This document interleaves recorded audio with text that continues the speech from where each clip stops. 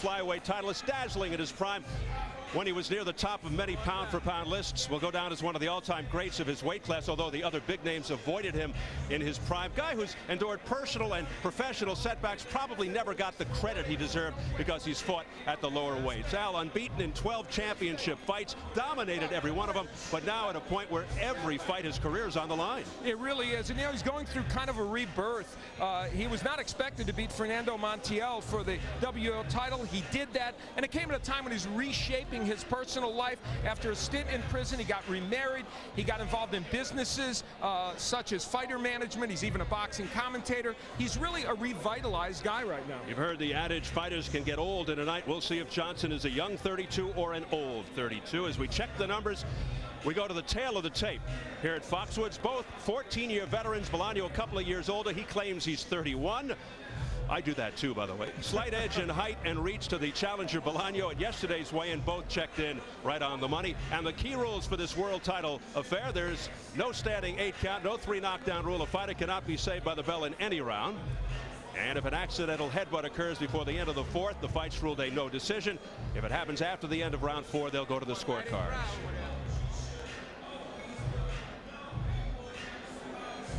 So here at Foxwoods, a rarity with 2 southpaws getting it on. Mark Johnson and Luis Bolano for the WBO Junior Bantamweight Championship. The formal introductions from our ring announcer, Jimmy Lennon Jr.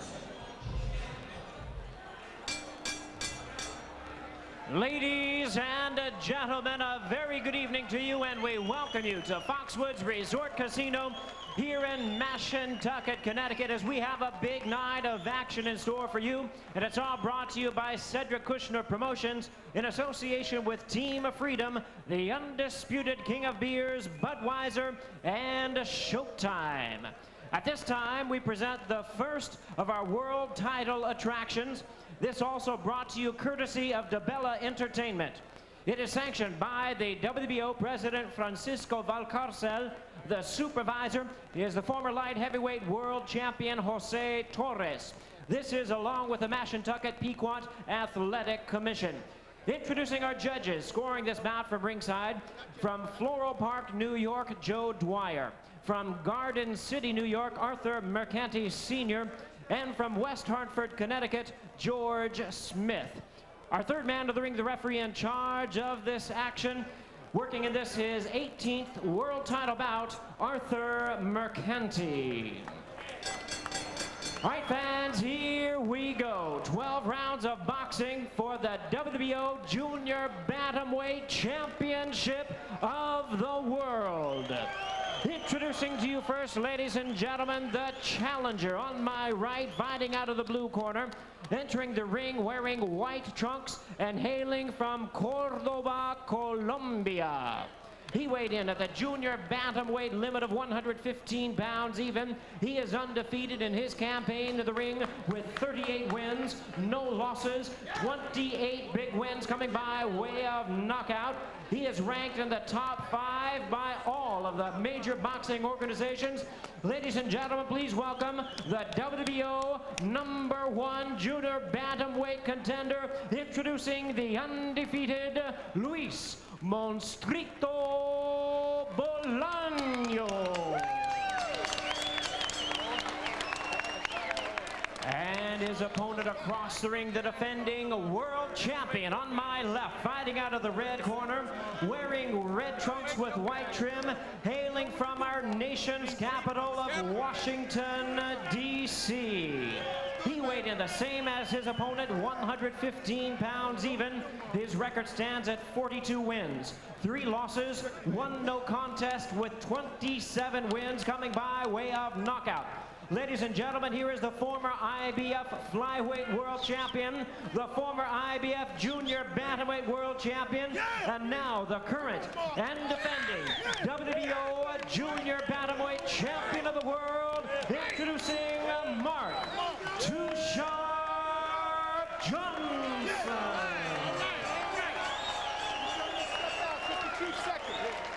Once again, a referee in charge, Arthur Mercanti, now to give instructions. 12 rounds of championship boxing scheduled.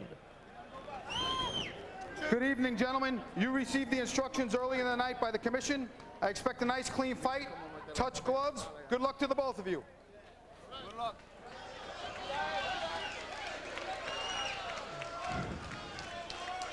Just how sharp is too sharp? Have age and inactivity caught up to a guy who once overwhelmed opponents with blazing speed and power? And how would you like to be in the biggest fight of your career on 3 weeks notice after a year of inactivity and your trainer isn't here because of visa problems? That is the case with the challenger in the white trunks, Luis Bolano. Unbelievable.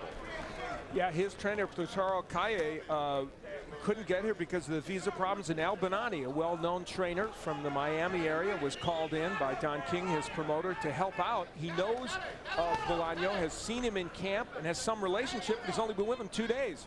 Bolano's been training 4 months in the mountains of Bogota. Says he's in great shape. He is 10-0 against left-handers. Seasoned southpaws off long layoffs in a fight constructed on very short notice. That's a recipe for something nutty to happen. We'll see if it does. And also, as you pointed out, we don't often see two lefties. And how about Mark Johnson? Didn't spar a day with a left-hander for this fight. So there's many items here that could create some interesting things. Johnson in the red voluntarily talks about his year of incarceration in 2000 for domestic violence, calling prison college because it helped him more than hurt him. Called it a blessing, even though he did time in a federal prison alongside lifers, working in the electric shop from 7 a.m. to 3 p.m. for $7 a month. He's now remarried, rededicated, as Al pointed out, owns beauty salons, a barber shop, manages fighters, does the TV commentary, as Al mentioned, and assists his wife with her real estate business. What does he do in his spare time? That's what I want to train occasionally. Yeah. This first round, there's an overhand left from Johnson. This first round, a little less pressure from Johnson that we might expect, but I don't think anyone will have to go looking for the other in this fight. We'll see. Johnson with 8 mouths to feed. He's got 2 boys and 6 girls. Maybe one of the reasons he holds on to so many jobs. And Bolano, as we mentioned, one of 19 children. And if you're guessing how and where he learned to fight, that might be a start right there, probably at the dinner table. Well, even with all the glory and championship belts, Too Sharp Johnson never really had that defining fight. Dodged by so many of the top names in his younger days. Right, never fought. Let's keep Ricardo Lopez or Johnny Tapia or Michael Carbajal or Chiquita Gonzalez or Danny Romero. See Johnson starting off with the jab, trying to get that punch in. Both men have tried to establish it a little bit. With 30 seconds and counting in round, what should point out, Johnson tore a muscle in his left arm in his last fight with Fernando Montiel, but says the arm is as good as it's gonna be. Even collected a knockdown of that fight.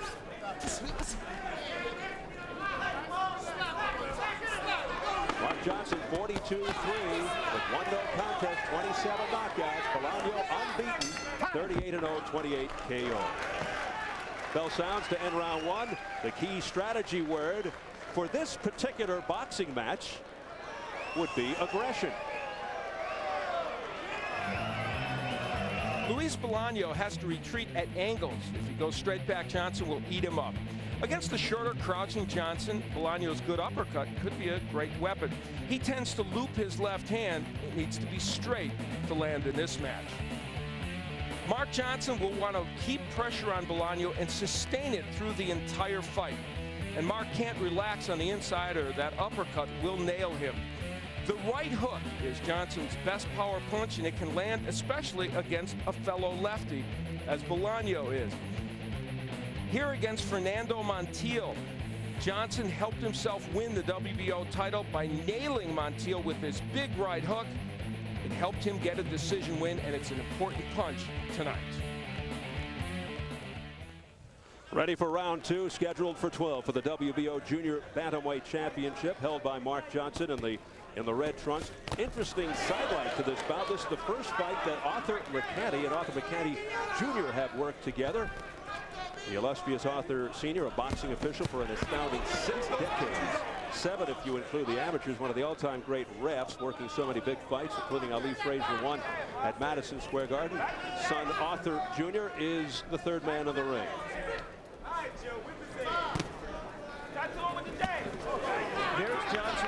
go downstairs with the right hook. He wants to land that punch very badly in this fight, and that's kind of a half uppercut. He thinks that's the power punch that will ultimately put Bolano out if he can get it in. Worked against Montiel. Montiel, though, I'll recall, sort of came to dance until later in the fight. There's that right hook that lands, and against a southpaw, of course, you have more opportunity to throw the punch. Against the righty, it's a little bit more difficult for a southpaw. Almost right on cue. Johnson, a crafty left-hander, certainly not the guy he was when he dominated opponents with tremendous reflexes and power.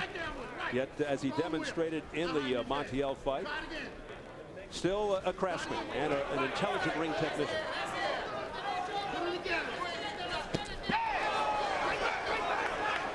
Johnson was impressed with the left hand of Bolano when he looked at the tapes, and he does have a pretty good left, especially in the uppercut, but Mark Johnson is not ducking in, which would be something that would give Bolano a little bit more opportunity. A flurry by Bolano, who's a no-frills southpaw, nothing fancy, but aggressive. Strong guy, good power in both hands. He stands right in there. There's a good right hand by Johnson that sent Bolano back. Bolano and his people seem to have the idea that Johnson would box him, and I didn't know where that came from, but you'd see Johnson isn't. Mark Johnson wants to come out and get him, and they seem to think he was going to move and use all of this ring. Not happening. Bolano figured he'd do a lot of chasing, but Johnson's standing right in front of him. Keep working on that front.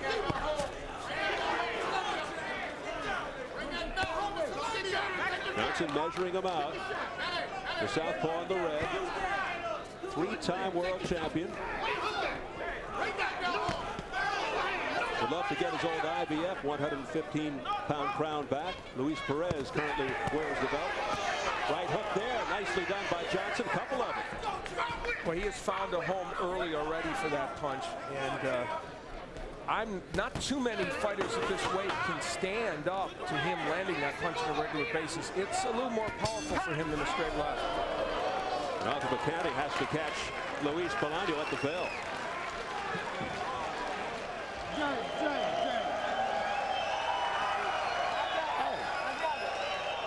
Too much water. Too much water, man. Too much water, Chris. Deep breath, hold on. I get that. I get it. Come on. Look. Hey, Mark. All you do is box. You're beautiful. Well, Mark Johnson used this punch to knock Fernando Martial down, and there's one right on the point of the chin. Good for Bolano for hanging in there. That was a really good punch delivered with good leverage in a compact way. And there again is a different right hand that sends him backwards. So Johnson has found a place for that right hook, and Bolano will have to keep his left up a little better. Like your shoulder. Do anything you want to do. You know what the North and the hook is out. All right, come on, you're doing everything. Come on, let's go. Mark's father, Ham, working the corner. Al Bonani in the corner, a late replacement for Bolano's chief trainer who had the visa problems. Bonani, an interesting story. He came in just a couple of days ago, a Florida-based former Miami vice police officer who has trained such world champions as Randall Bailey and Freddie Pendleton, to name a few. Also Uriah Grant, the cruiserweight for a number of years, and he's Al Bonani's a well-respected and beloved boxing figure. He's really a great guy, and he's the kind of guy that would jump in to help out here. Says he knew Bolano from his fighting days in Florida. He has had a few fights down in the Sunshine State. You know, Mark Johnson is doing something that's normally very risky, but he's not concerned. He's leaning in to throw a right uppercut from way far out. Normally you would get countered by a left hand, but I believe he's already judged that Bolano's hand speed doesn't allow him to counter him with the straight left. Johnson very respectful of Bolano, tough Colombian fighter. But he continues to stand right in there as Bolano misses with a right hand. Keep him up. Keep the punches up, says McKenna. Same thing to Johnson. Let's keep it clean, okay? Okay. Keep it clean. Keep him up. At this weight, Johnson is a very, very effective fighter. And of course, he was a weight below this in his glory days. When he moves up to 118, though, a problem. He lost a close decision to Rafael Marquez, then was knocked out by Marquez. But then Marquez went on to beat Tim Austin and become a champion and might be the best in the 118-pound division. And that kind of led Mark Johnson back to boxing. He said, you know what, I lost to the best in a division higher than I should have been at. I think I can make things work. And that's when he went back to win the WBO title. He was told that he won that first fight with Marquez. Actually went into the dressing room thinking he had won. They had tallied up the scores incorrectly. And then somebody, I hate to be that person, had to go back into the dressing room and tell him, guess what, Mark? You didn't win. Marquez won the fight. So he got the rematch, but he was stopped in the end. I think there were some hanging chads that changed the count. I'm not sure. Was it in Florida? I don't know. It could have been. It should have been, right? Very little combination punching coming from Bolano. That's part of the issue in this fight. He's a singular puncher. Well, Bolano just tagged Johnson with a whipping right hand. Less than 30 seconds left, round 3, scheduled for 12. WBO 115-pound title. Nice jab by Johnson, showing a lot of movement here. Look at this. Let's stop showboating Little now. Fred Astaire dance step.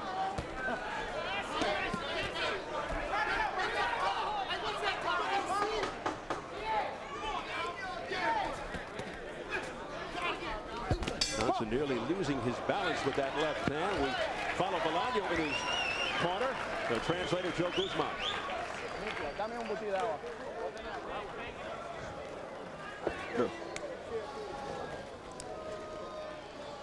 Mira, esto era el primero episodio que era buenísimo, pero mira a mí.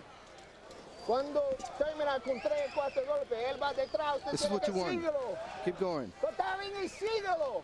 Usted Keep no going. puede ganar una decisión aquí. You can't win the decision. Vámonos. Let's go. Eso es. Esto es la tercera. Bolano was warned for this punch that strayed a little bit low after they exchanged 2 good jabs. He would go downstairs. Yep, although it was blocked partially by the glove, it was very, very low. That's the uppercut that Bolano would like to use, but that one strayed extremely low, and he did get the warning. Round 4. Bolano connecting with a right hand on the chin. Bolano managed by a lovely lady named Jeanette Triana, one of only a handful of women managers in boxing. Said she was working in the promoter's office when Luis came in to meet the promoter. A gentleman named Billy Champ. What else? Is that some central casting? It should be. And she's been managing him now for 13 years. Can you say against the ropes in Spanish? Then we'll get Joe Guzman to help us out with that.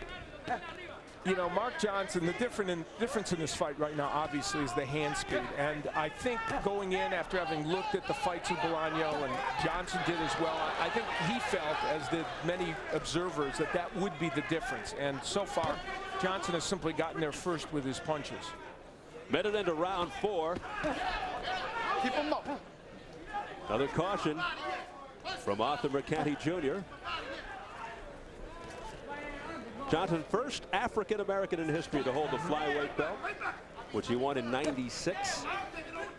And in conjunction with Black History Month, the mayor of his hometown, Washington, D.C., recently proclaimed a day in Too Sharp's honor. Very nice. He was very proud of that. He's he takes a lot of interest in the Washington, D.C. area. You ever have a day named in your honor? No, I have not. And I once had a second. I once had a second named in my honor. Went so fast, too. We approach the final minute of round 4. It's scheduled for 12. You know, this is the second longest inactive period for Bolano, and you can't help but think ring rust is a problem for him here. And you see the lack of hand speed. He just can't hit Mark Johnson, and those are very slow combinations. Bolano's a pretty good ring technician. He just, there's the hook. There it is.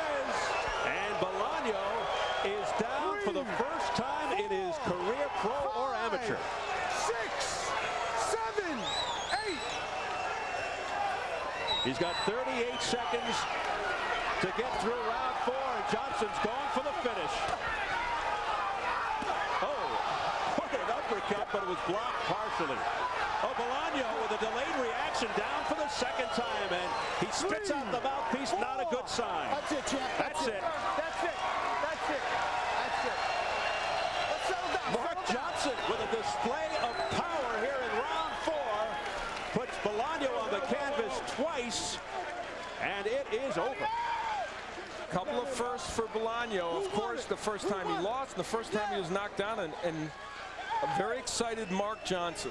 He is reborn.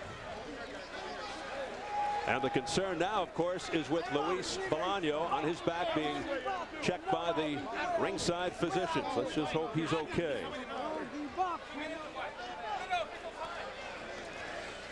Luis Bolano, ranked in the top 10 by all the organizations, #1 by the WBO. Obviously a solid fighter, but not on the level of Mark Johnson. And clearly, that man was several cuts above. And, you know, you look at Mark Johnson at age 32, his only losses, he lost in his second pro fight in the 4-rounder, went on a tear and won a series of fights after that, obviously, and then lost to Rafael Marquez in a weight above him. One of those was very close. So this is not a shot fighter at 32. Well, he answered our question. He's still sharp. Too Sharp is still sharp. The loser, the challenger, Luis Bolano, is okay as he gets back up and sits on his stool. Yeah, a lot of people thought as Johnson comes over to console him, and a nice smile from Bolano, a good sign. Yeah, everybody thought that Johnson's career was shot. He was over after the second loss to Marquez. And he came back and beat Montiel, and now this. Well, Mark Johnson proclaims he's the best 115-pounder, and I don't think too many people would argue with him. That was a good left hand, but the right hook, which was the punch we felt would be the money punch for Mark Johnson, got there, and for the very first time, Bolano found himself on the mat. And Mark Johnson, a good finisher when he gets people in trouble. We take another look at the 2 punches. This uppercut was a great punch, but that right hook landed perfectly, and there was nowhere for Bolano to go but down, despite the fact that he has shown a good chin throughout his career. Johnson has a lot of power in that right hook. He throws it in a very compact way. And there's a delayed reaction. That's a right hand underneath. That's the one that really hurt Bolano to the body. And he had been working that right uppercut to the body, had Mark Johnson, and this one paid plenty of dividends, and this is what ended this fight. So Mark Johnson looking like a young 32. Well, you know, he has a big arsenal. He's got many, many punches, and that one right in the solar plexus. You can see it very well from that angle, how it landed right in the solar plexus and took the wind out of Luis Bolano. If you fight Mark Johnson, he is not a one-dimensional fighter. He's got that kind of body attack. He's got a great right hook. He's got a good jab and a pretty good straight left hand. We have to, of course, keep in consideration the fact that his opponent had been untested at this level, but by the same token, Johnson looking like vintage, Too Sharp. Let's get the official word from Jimmy Lennon Jr. Ladies and gentlemen, we have the time of 2 minutes, 40 seconds in round number 4. Our referee in charge, Arthur Mercanti, stops the contest. He's the winner by way of knockout, and still the WBO Junior Bantamweight Champion of the World, Mark Too Sharp Johnson. So Mark Too Sharp Johnson holds on to his belt. His first successful defense, ups his record to 43-3 with 1 no contest, 28 knockouts now. Remains undefeated in world title fights, going to 12-0. And at 32 years of age, still going. He took this fight on short notice. He beats the #1 mandatory Bolano, who suffers his first defeat as a pro or amateur, dropping to 38-1. Coming up next from scenic Mashantucket, Connecticut, we're at Foxwoods Resort Casino. Our main event, it's the rematch between former champions Joel Casamayor and Diego Corrales for the vacant WBO Junior Lightweight crown. The first go-round, an extremely intense affair. Will the follow-up be as provocative? Stay tuned. Set for post-fight reaction from our opening bout. Let's get it over to Jim Gray. Jim? All right, Steve, thank you very much. Mark, congratulations to you. Too sharp. You took this on very, very short notice. Are you surprised with such little time to prepare and train that you did as well as you did? First of all, I'd like to thank God to be the glory. Reverend Stables, the Anna Johanna family for keeping me in prayer. I stayed in the gym, so I was ready. You know, this is a fight that I call Lou. I talk to Lou about every day. I say, Lou, when we gonna make it happen? So short notices don't make a difference. I'm a businessman. I stay ready to stop having to get ready.